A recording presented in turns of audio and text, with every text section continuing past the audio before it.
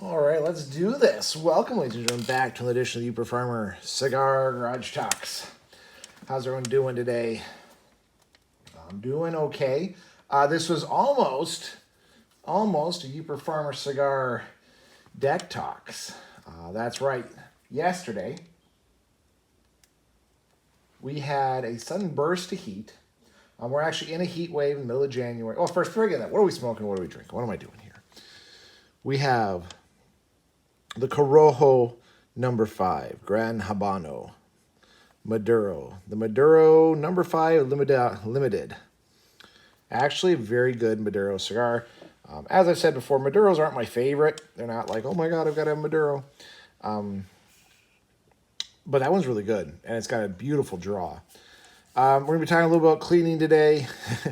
Let's clean up my fridge and found that there is a Christmas beer that I have left from Pigeon Hill. I do like Pigeon Hill, their holiday cookie. Whoops. Oh, well.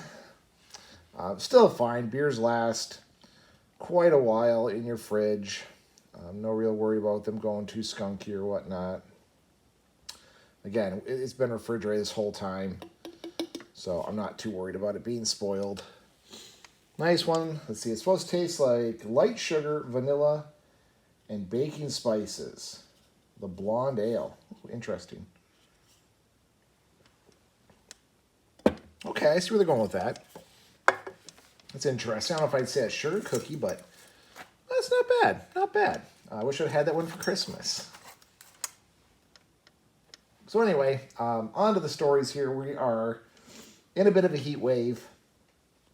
So yesterday I was going to shoot the Uper Farmer videos out on my deck or on my porch. Beautiful sunny day. I really wanted to get out there, but alas, my daughters were having a bit of friends over, a little bit of a shindig, a party, if you will.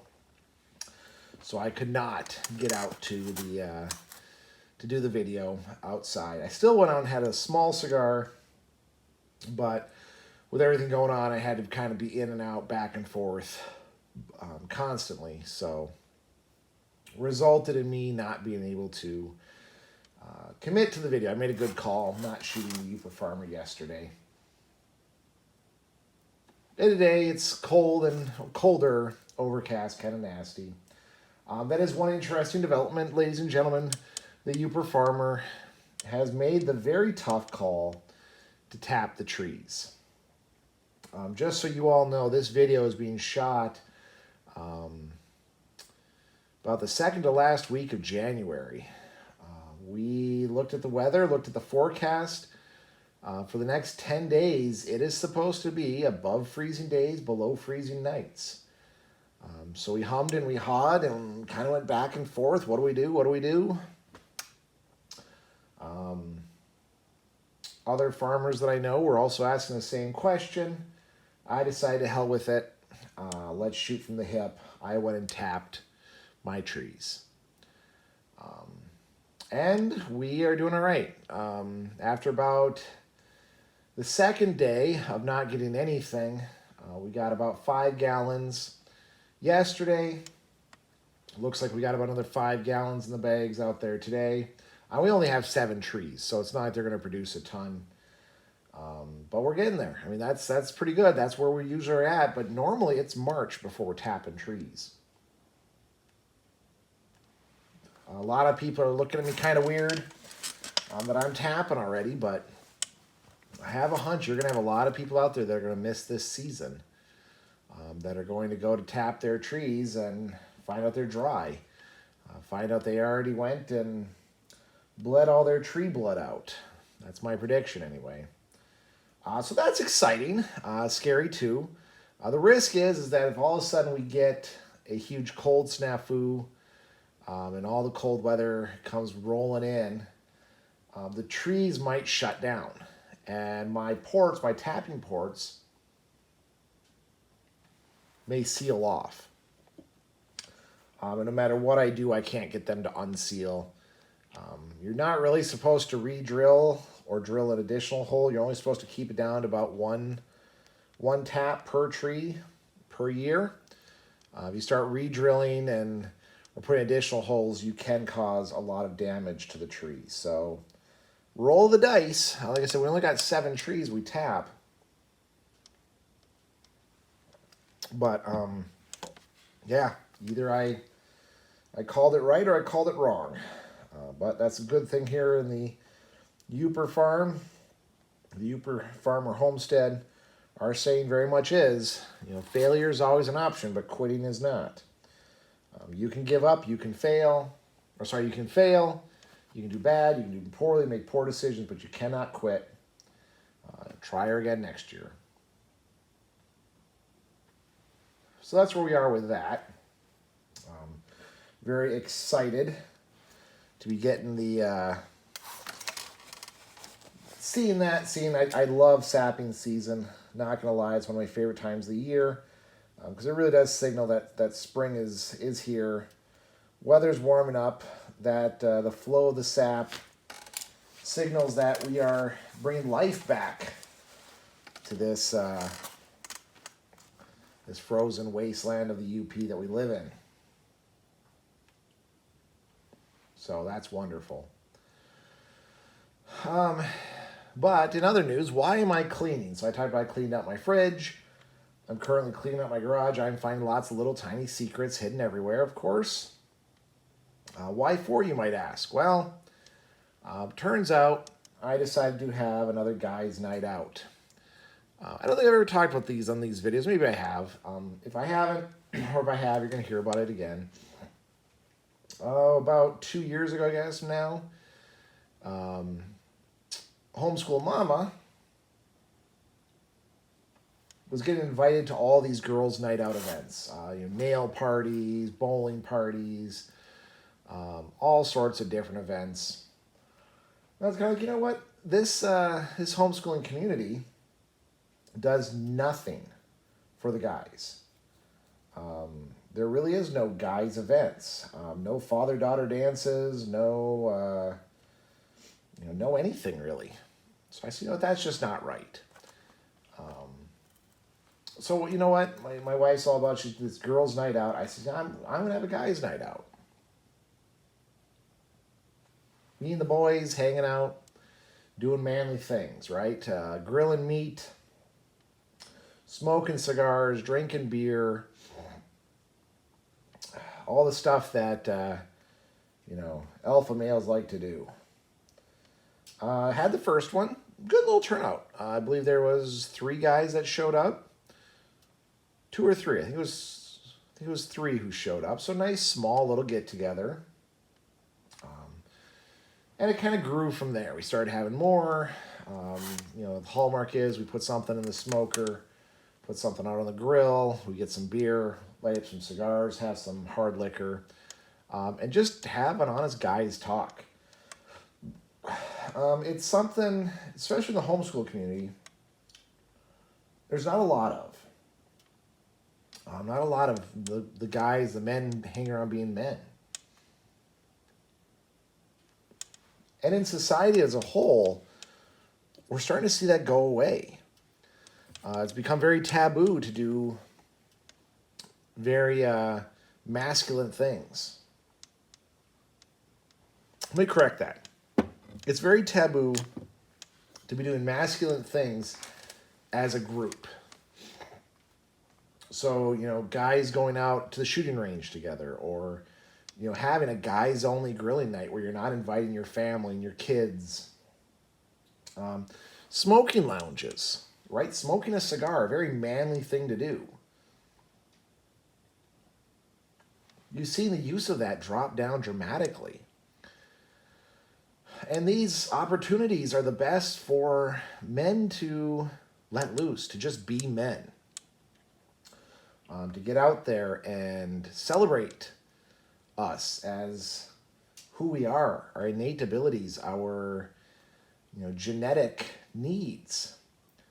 And I think a lot of people, especially I know a lot of people in the current culture, are countercultural against that. No, men should not be smoking and drinking and talking about manly things and meeting together as men to get out there. And I do think you see that in society today, the destruction of manhood. Having these manly traits in most instances is viewed as a negative. The joke is, of course, the only time you want someone with manly traits is when your life is in danger. You want the firefighter to show up. You want the police officer, the paramedic, people who have to be strong, have to be rough and tough and tumble. People who smoke cigars and chew tobacco and go home and drink a beer. Those are the type of people you want to show up in a disaster, in an emergency. I know because I've never once had someone tell me that I was too masculine to save them. That I was too much of a guy's guy. I've never had anyone when I was in the ambulance even ask me my political stance before I saved them. Do I support feminism? I've never been asked that. I'll get ready to thump and pump on someone's chest. And we need that in this world. Did my battery just die? Or what's going on there? Hold on. Weird. Okay. My battery's being stupid. Sorry, folks. I don't know what's up with this battery pack. I think it is destined for the dumpster. That's the second time it's failed on me in a video. It's not even that cold out.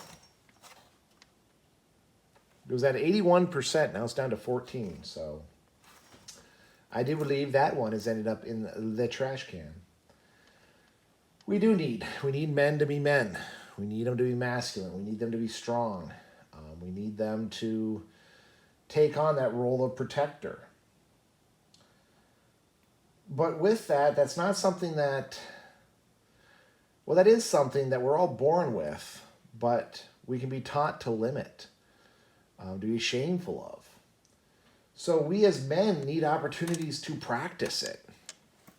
We need opportunities to be around others who accept us for being men. That's why these guys' nights out are so vital. So vitally important. Because it allows us to be men. It allows us to be around other men who will support you and will encourage you.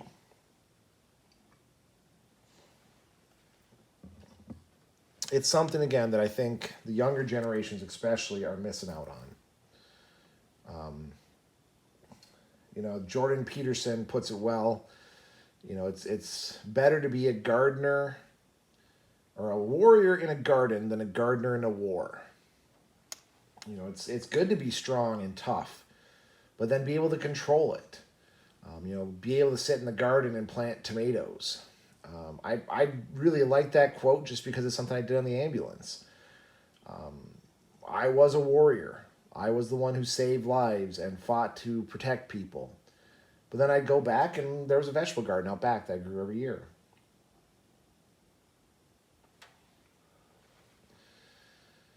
We need more warriors in our society, more people who are strong and stand up for the weak and protect those who can't protect themselves.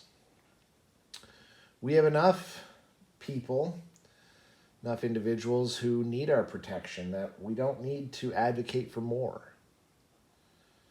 Instead, we need to start advocating for people to be strong, people that help themselves, take control of their own lives.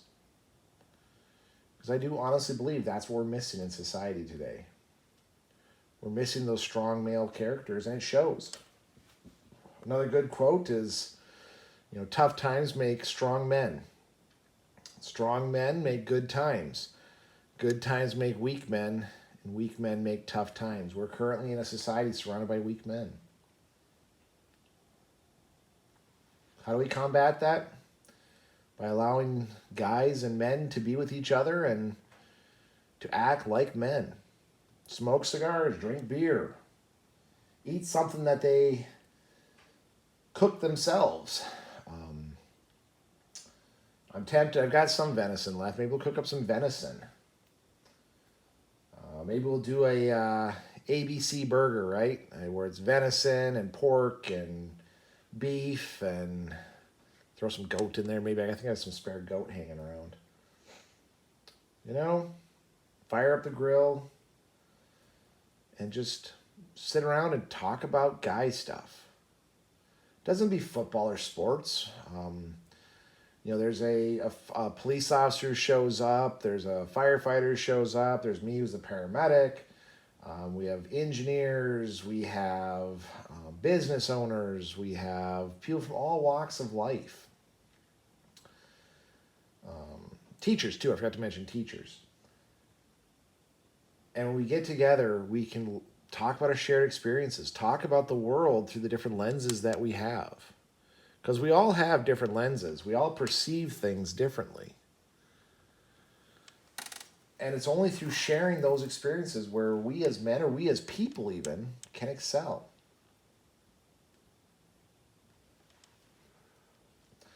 So anyway, folks, I'm going to go finish my really good Maduro cigar. This is a dark, dark cigar. That's going to keep me up tonight. And yeah, go finalize the plans for the guys' night out coming up. And go check on some maple trees, see how much sap we got today. So anyway, folks, I hope you're having a wonderful day. I hope you have a guys' night. Go have a guys' night out. You deserve it. Anyway, guys, stay safe out there. We'll see you on the next one.